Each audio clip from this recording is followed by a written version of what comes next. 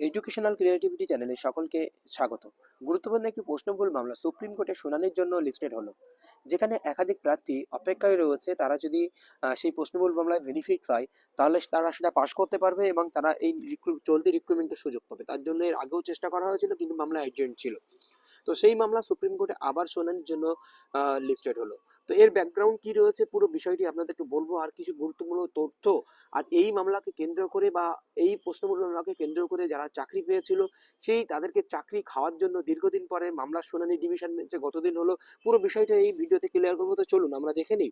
Court number 6 justice Pamidighantam Sri Narasimha and আনাবেল justice Alok আরাদের বেঞ্চে ঠিক 10টা 30 এই কোর্ট বসবেন। মিসলেনিয়াস হিয়ারিং এ এই মামলাটি লিস্টেড হয়েছে। 34 নম্বর আমার SLP number C25486/2023 Dipdendu Kundu and ওয়ারেস, the West Bengal board of primary education.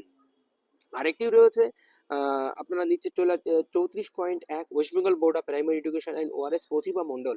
এই দুটি মামলা কিন্তু খুব গুরুত্বপূর্ণ এবং খুব খুব গুরুত্বপূর্ণ মামলা, কারণ দীর্ঘদিন ধরে এই মামলাটি পড়ে রয়েছে সুপ্রিম কোর্টে। কলকাতা হাইকোর্টে এই মামলাটি মীমাংসা হওয়ার পরেও এই মামলা চ্যালেঞ্জ হয়ে সুপ্রিম কোর্টে যায়। ক্যান্ডিডেটের পক্ষ থেকে তারা আটকানোর জন্য এটা করা হয়েছিল, আর এদিকে বোর্ডের পক্ষ থেকেও তারা আটকানোর জন্য এটা করেছে। তো চলুন আমরা পরবর্তী স্টেপে কি কি রয়েছে পুরো বিষয়টি আমরা দেখে নিই। ডায়েরি নাম্বার এত, Dipdendu Kundu and West Bengal board of primary education, diary number এত, কেস নাম্বার এত, প্রেজেন্ট অ্যান্ড লাস্ট লিস্টে 3/2/2026 আপনারা দেখতে পেলেন। জাস্টিস স্বামী 34 নম্বর সিরিয়াল। কিন্তু এটা আমি দেখাচ্ছি কি জন্য, আপনাদের খুব গুরুত্বপূর্ণ তথ্য আপনাদেরকে দেব। আমরা যদি একটু নিচের দিকে চলে আসি, হাইকোর্টের কোন মামলাকে চ্যালেঞ্জ করা হয়েছিল? ম্যাট 1594/2018, ঠিক একটি গুরুত্বপূর্ণ মামলা। 13/4/2023 অর্ডার হয়েছিল।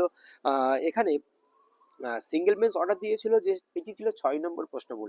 6টি প্রশ্নমূলের মামলা সিঙ্গেল বেঞ্চ অর্ডার দিয়েছিল পিটিশনার দিতে হবে। সেই মতো রাত জেগে, অনেকে জানেন যে পর্ষদ অফিসে 2023 সালে ডকুমেন্টস জমা দিয়েছিলেন, যাতে করে তাদেরকে পরবর্তীকালে ইন্টারভিউ দেওয়া হয়, এরকম একটি বিষয়।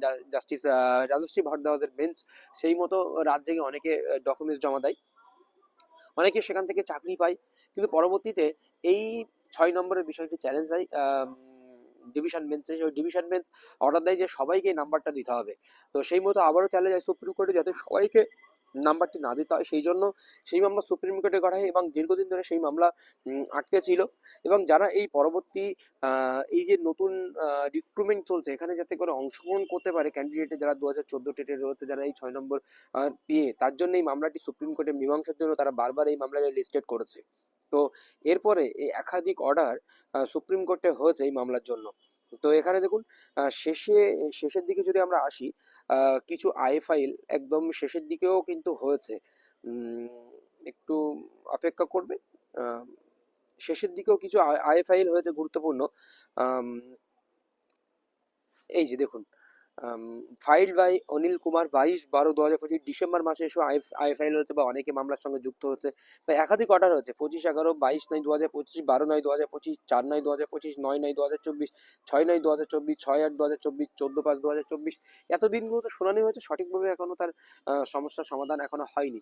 এবার বিষয়টা দেখুন যে এই যে মামলায় 6 নম্বরের প্রশ্নমূল মামলায় পর্ষদ ইতিমধ্যে একাধিক চাকরি দিয়েছে, 3 দফায় চাকরি দিয়েছে পর্ষদ।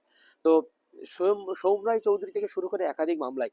তো এই এখন পর্ষদ হঠাৎ করে ডিভিশন বেঞ্চে এই মামলা তারা চ্যালেঞ্জ করেছে যে সৌম রায় চৌধুরীকে আমরা যে চাকরি দিয়েছি, এটা 6 নম্বর থেকে চাকরি দেওয়া উচিত নয়। তারা চাকরি দিয়েছে, তারা ডিলে অ্যান্ড কন্টিনিউতে 751 দিন পরে তারা আবার মামলা ফাইল করেছে। করে গতদিন শুনানি হলো, বিস্তারিত তথ্য আপনাদেরকে দেবো। আবার ফেব্রুয়ারি মাসে এই মামলা রাখা হয়েছে। কারণ হচ্ছে যারা সুপ্রিম কোর্টে গিয়ে বলতে পারে যে আমরা অলরেডি এখান থেকে কাউকে সুযোগ দেবো না বলে অলরেডি চ্যালেঞ্জ করেছি। তো লাস্ট অর্ডার কাদের জন্য কি হয়েছিল সেটাও দেখে নিন। এটা দেখতে পেলেন ম্যাট নাম্বার 1594/2018। 2018 এই যে মূল ফাইল হয়েছিল, ওই ফাইলটা হয়েছিল 2018-তে, সেটার উপর ভিত্তি করেই।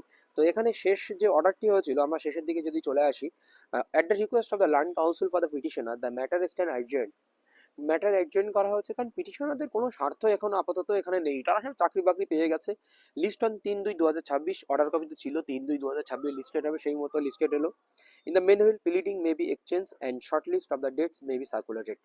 প্লিডিং এক্সচেঞ্জ করা হবে এবং শর্ট লিস্ট যা সার্কুলেটেড করবে, এই সমস্ত বিষয় বিস্তারিত এখানে জানানো হয়েছিল। এই হচ্ছে বিষয়। আগামী দিন মানে 3 তারিখ 3/2/2026 এই মামলার শুনানি হবে। তো এই মামলার ক্ষেত্রে আগে আপনারা দেখেছেন যে পর্ষদের উপরে ছেড়ে দেওয়া হয়েছিল যে পর্ষদ এই নিয়ে কি করতে চায়। যে পশ্চাদের ডিসিশন কি, তারা এইটার সলিউশন পশ্চাদের কাছে কি রয়েছে চাওয়া হয়েছিল। কিন্তু পরবর্তীতে পিটিশনের পক্ষে একজন চাওয়া হয়, সেই মতো একজন দেওয়া হয়, কিন্তু যারা আই ফাইল করে রয়েছে বা যারা অন্য অন্য পক্ষ রয়েছে তাদের ক্ষেত্রে অনেকটা গুরুত্বপূর্ণ হলেও যারা মূল প্রতিভামণ্ডল রয়েছে তাদের ক্ষেত্রে আর এই মামলার কোনো গুরুত্ব নেই, সেই জন্য এই মামলাটার অবস্থা এখানেই দাঁড়াচ্ছে। তো মনে হয় না 3-2-26-এও এই মামলার গতি পাবে, কিছু একটা ভালো কিছু হবে, মনে হয় না কিছু ভালো হবে। তো যাই হোক, এই হচ্ছে আপডেট, পরবর্তী আপডেট আসলে অবশ্যই আপনাদেরকে দেওয়া হবে। ধন্যবাদ।